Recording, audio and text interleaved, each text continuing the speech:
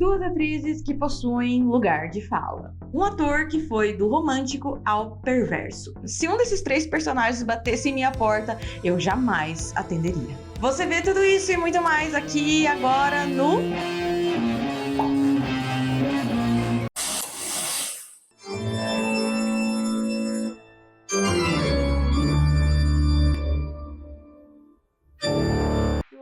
Gente, se vocês estiverem escutando um forrozão, é os meus vizinhos. Se vocês não estiverem escutando um forrozão e sim barulho de obra, é os meus outros vizinhos.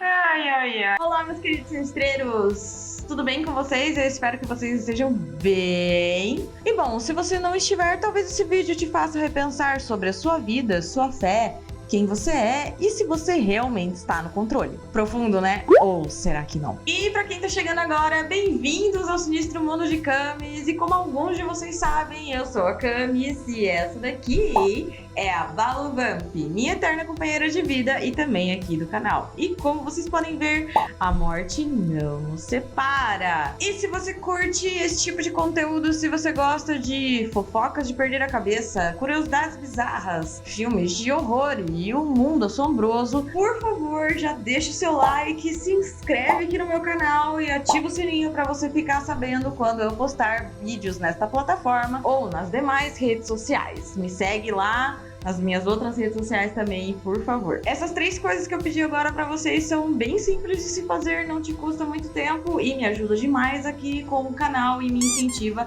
a continuar criando conteúdos para vocês.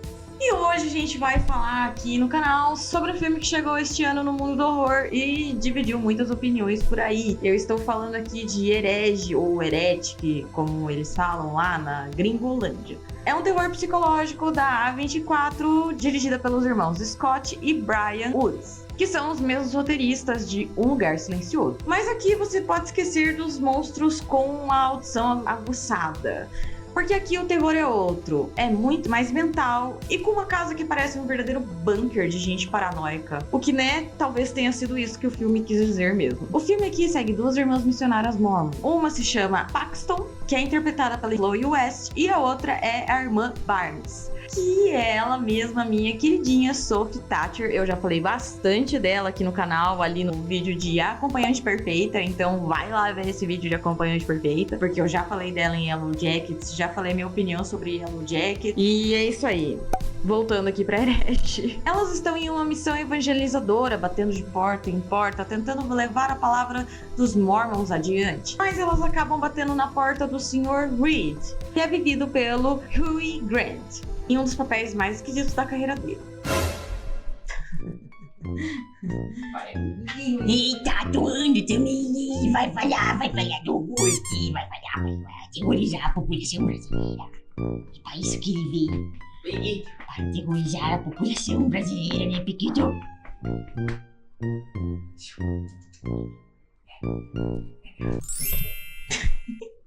A recepção inicialmente feita pelo Sr. Reed parece ser super gentil, educada e até mesmo intelectual. Entretanto, as coisas começam a sair um pouco do controle no momento em que a conversa, que parecia ser algo sobre fé, se torna uma verdadeira batalha psicológica com jogos mentais, manipulação e algo um pouco mais sinistro. E bom, a casa do Sr. Reed é praticamente um personagem à parte. Ô, criatura, deita aí, fica quietinha, vai. Ô, meu amorzinho. Não, que tô atrapalhando a iluminação da mesa. Ai, Senhor, me dê força, Senhor Jesus Cristo. Bom. Não, atrás da Nala você não vai correr atrás dela. Emílio! Coisa mais chata. Não é pra correr atrás da Nala. Vem cá. Pronto, agora você vai ser objeto de cenário. Muito que bem.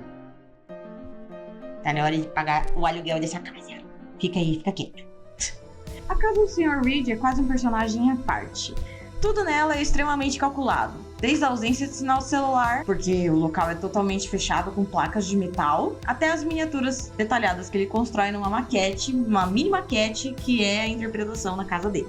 O que é ao mesmo tempo simbólico e perturbador. É como se ele tivesse controle sobre tudo que acontece ali dentro da casa dele. Por isso que ele projeta essa maquete com a miniatura, até meio que fazendo referência como se ele estivesse jogando um The Sims na vida real, com os personagens que aparecem ali dentro do filme. Falando nisso, esse é o segundo filme da A24 que utiliza miniaturas em uma maquete. Vocês sabem me dizer qual é o primeiro filme da A24 que utiliza miniaturas em uma maquete? Ele mesmo, o meu queridinho Hereditário. O que é bem diferente de Herege, porque Herege pretendia ser um horror cabeçudo, mas acabou que não foi, porque se perdeu ali no meio, mas já chegaremos aí nesse ponto. Hereditário é bem mais cabeçudo do que Herege. Inclusive, eu tô doida pra fazer vídeo sobre Hereditário aqui no canal. Voltando aqui pra Herege, uma das curiosidades que eu trouxe pra vocês é sobre as duas personagens principais, a irmã Paxton e a irmã Barnes. Ambas foram criadas na fé mórmon, vocês acreditam? Só que elas não pertencem mais à religião. E, inclusive, elas ajudaram os diretores ali a fazer com que os papéis delas ganhassem mais profundidade. Porque, como ambas já viveram dentro da religião mórmon, elas têm propriedade no que elas estão falando e já carregam uma bagagem em relação a essa religião. Segundo as entrevistas, a Sophie falava que pensava nela mesma mais nova para interpretar a personagem da irmã Barnes. E a Chloe disse que conhecia a essência da personagem dentro dos seus ossos. Imagina só quanto isso deve ter sido íntimo para elas. E incrivelmente o filme foi escrito com base na conversa que os diretores tiveram com missionárias mormons mesmo. Eles contaram que decidiram receber missionários, mas ao invés de apenas ouvir, eles começaram a questionar profundamente a fé deles, usando a lógica, filosofia e dilemas morais. Exatamente como o personagem do Sr. Reed faz aqui no filme com as duas mormons, não é mesmo? O desconforto dos missionários mormons, né, diante das perguntas que os diretores estavam fazendo, foi o ponto de partida para o início desse filme. A trilha sonora aqui do filme e também o tabuleiro usado pelo Sr. Reed também é simbólico. O Sr. Reed faz um paralelo entre o catolicismo e o jogo Monopoly, por exemplo, dizendo que é como se fosse um sistema do qual você pode errar, pedir perdão e continuar jogando. O que o Sr. Reed acaba considerando como uma falha na lógica da fé cristã. E a música The Air That I Breathe, do Hollis, é usada de forma repetitiva, quase hipnótica aqui dentro do filme, com um mantra para manipular as garotas. E eu achei na internet, gente, uma crítica feita por uma Mormon mesmo, num site chamado Scripture Central. Essa Mormon que fez essa crítica do filme, como eu falei pra vocês, ela acabou por elogiar bastante as duas atrizes e elogiou também as personagens por serem bem humanas e não por serem fanáticas, mas também apontou algumas coisas que foram distorcidas pelos diretores. A ideia de que uma das Mormons fala de forma aberta em relação ao sexo é algo que ela julgou como completamente fora da realidade, porque ela disse que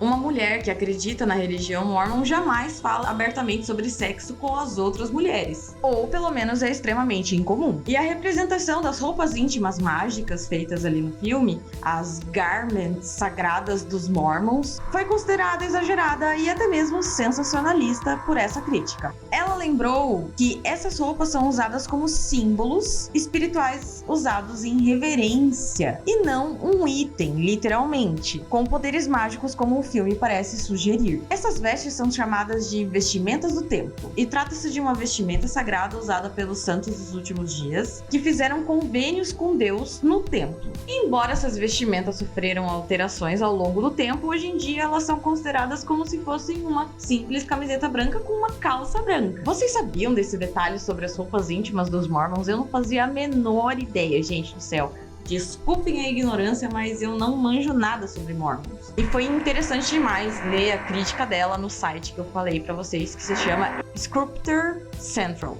Outro detalhe é que no filme uma das Mormons fala sobre reencarnação, mas a realidade é que os santos dos últimos dias, ou seja, os Mormons, eles não acreditam em reencarnação ou aparição de animais, como também é falado ali dentro do filme. Então isso seria algo que um missionário Mormon jamais acreditaria e jamais falaria sobre. Eu acho interessante trazer esse lado dos Mormons mesmo, do que de fato é a religião deles e do que foi demonstrado ali dentro do filme, porque eu acredito que o filme poderia ter sido mais fiel aos fatos em si, o que deixaria as pessoas mais presas, porque, por exemplo, o Mormon vai assistir esse filme e ele já vai pescar essas coisinhas aí pequenas, como eu falei pra vocês, que eu li essa crítica dessa Mormon, e aí a atenção dele vai se dispersar do filme, entendeu? Tipo, mano, não é isso que acontece. Isso pelo menos me dispersa em filmes que eu sei um pouco mais sobre a história ou sobre o que de fato aconteceu. Acaba me dispersando, me perde no filme. E se fosse de fato mais atrelado aos fatos reais, isso faria com que o filme fosse mais plausível, entende? Fazendo assim com que as pessoas se perdessem um pouco menos no filme. E falando aqui sobre as atuações incríveis da Sophie e também da Chloe, elas entregam atuações excepcionais, fazendo com que você acredite na dor, no pânico, no perigo que elas estão correndo ali, na dúvida, na luta interna de cada uma delas. Isso faz com que o terror psicológico desse filme funcione. Pelo menos funcionou em mim. E o que dizer do Hugh Grant? Eu não imaginava ele nesse tipo de papel, porque ele sempre fez papéis românticos, fofinhos, ali dentro do cinema. Eu jamais imaginei ele como um velho doido, sabe?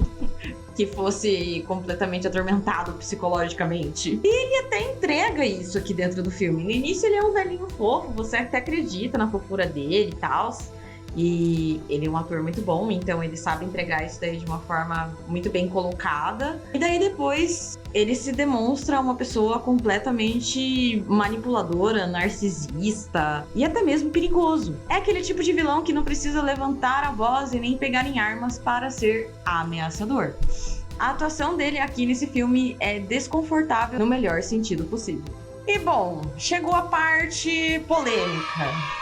Vou falar a minha opinião sobre este filme após contar essas curiosidades para vocês. A minha opinião sobre esse filme é que os 2 primeiros atos do filme me prenderam bastante. Eu fiquei super curiosa com o que ia acontecer, qual seria o tipo de discussão que eles iam pautar ali sobre fé, sobre religião, sobre crença ou descrença. Isso me interessou bastante. A casa, os jogos mentais, a manipulação ali feita no filme, tudo isso é muito bem construído. Mas sempre tem um mais, né, gente?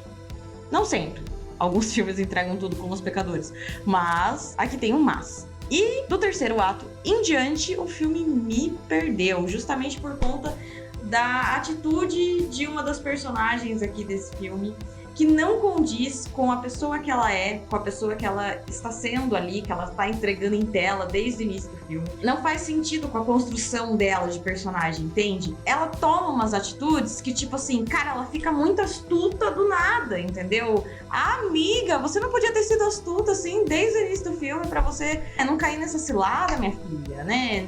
Se ela tivesse sido astuta dessa forma, ela jamais teria entrado ali dentro daquela casa, jamais teria caído naquela conversinha ali com o Sr. Reed, sabe? Então, cara, não faz sentido com a construção de personagem dela, sabe? E fora que a grande revelação final ali do filme, feita pelo Sr. Reed, que parecia ser um cara com pensamentos complexos, ideias filosóficas muito bem construídas e argumentadas, acaba se revelando apenas um cara com um ego inflado e completamente desequilibrado e uma obsessão muito mal resolvida, gente, no céu. No final das contas, ele acaba se tornando apenas um ateu palestrinha chato demais. Isso me perdeu muito no filme. Parece que os diretores estavam com pressa pra acabar logo. Sabe aquele desenho, sabe aquele meme, gente? Sabe aquele meme que é o cavalo e o trabalho em grupo, assim? Tipo assim, no início do cavalo, belíssimo, maravilhoso. E daí depois, no final do cavalo, ele vai se tornando uma obra abstrata. Põe aqui, cara, esse meme. Começa muito bom e daí depois, uhul! E no final ficou uma sensação de... Nossa, é só isso, gente do céu? Jura mesmo? faltou uma virada que honrasse ali o início do que eu vi, honrasse o início da tensão que eu senti ao ver esse filme. Mas mesmo assim eu digo pra vocês que eu não vou dar spoiler sobre esse filme aqui, porque eu acredito que ele vale a pena de ser visto, ainda mais por ser um terror psicológico, da qual faz parte do pacote da A24. Se você assiste os filmes da A24, você sabe o que eu estou falando. Ele é um terror mais lento e cheio de subtextos. Mas os subtextos que, como eu falei pra vocês, parecem ser muito inteligentes, na verdade nem é tanto assim. Eu até fui procurar mais coisas sobre os subtextos, mas, tipo, é mais ou menos o que o Sr. Reed fala ali dentro do filme. Vai assistir o filme pra você saber o que ele fala. E não tem muito mais embasamento, até porque o filme não desenvolve mais a respeito, sabe? Eu gostaria que ele tivesse desenvolvido mais. A história, tipo, a trama central do filme é muito interessante e o filme acaba não sendo tão interessante assim quanto ele parecia ser. Ah, e se você é minha seguidora, meu seguidor aqui, e você tem medo do Mochila de Criança, você é um cagão. Eu também sou meio cagona, tá, gente? Eu falo sobre o horror, eu gosto muito de horror, eu escuto sobre o horror o dia inteiro. Sempre fui assim, sempre fui fascinada pelo mundo do horror, mas sou cagona, cara. Eu sou cagona. Me põe numa casa de horror, eu vou ficar dando grito, vou ficar assustando toda hora, entendeu? Enfim, normal. Se você é essa pessoa, pode assistir esse filme aqui com tranquilidade, porque ele não é jumpscare, ele não vai te dar sustos, ele é muito mais um terror psicológico mesmo, e é o puro suco da manipulação humana.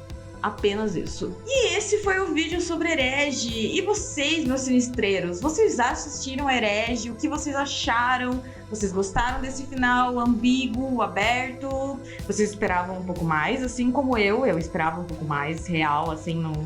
Tipo assim, não gostei muito do final. Conta aqui nos comentários o que você achou. Vamos conversar a respeito, vamos trocar uma ideia. Quem sabe eu mude minha opinião ou não. Ou você apenas foi ver esse filme pra ver o Hugh Grant como vilão, momento raro nos cinemas, porque eu também fiquei instigada ao ver esse filme sabendo que o papel dele seria de vilão. Me conta aqui nos comentários o que você achou, o que você sentiu e etc. Ou se você tem alguma curiosidade que eu acabei não pegando, por favor, me conta que vamos enriquecer juntos esse conteúdo. E se você gostou desse vídeo, se você gostou das curiosidades que eu te trouxe aqui, por favor, deixa o seu like, se inscreve aqui no canal e ativa o sininho para receber notificações de quando eu criar mais conteúdos horrorosos para vocês. E é isso, meus queridos sinistreiros. Aqui fica o conselho pra vocês de, por favor, não abram as portas da sua casa para qualquer pessoa que vai fazendo perguntas demais. E muito obrigada por verem esse vídeo e obrigada por abrirem a porta da casa de vocês para verem os meus conteúdos. Logo mais eu estou de volta com conteúdos assombrosos para vocês.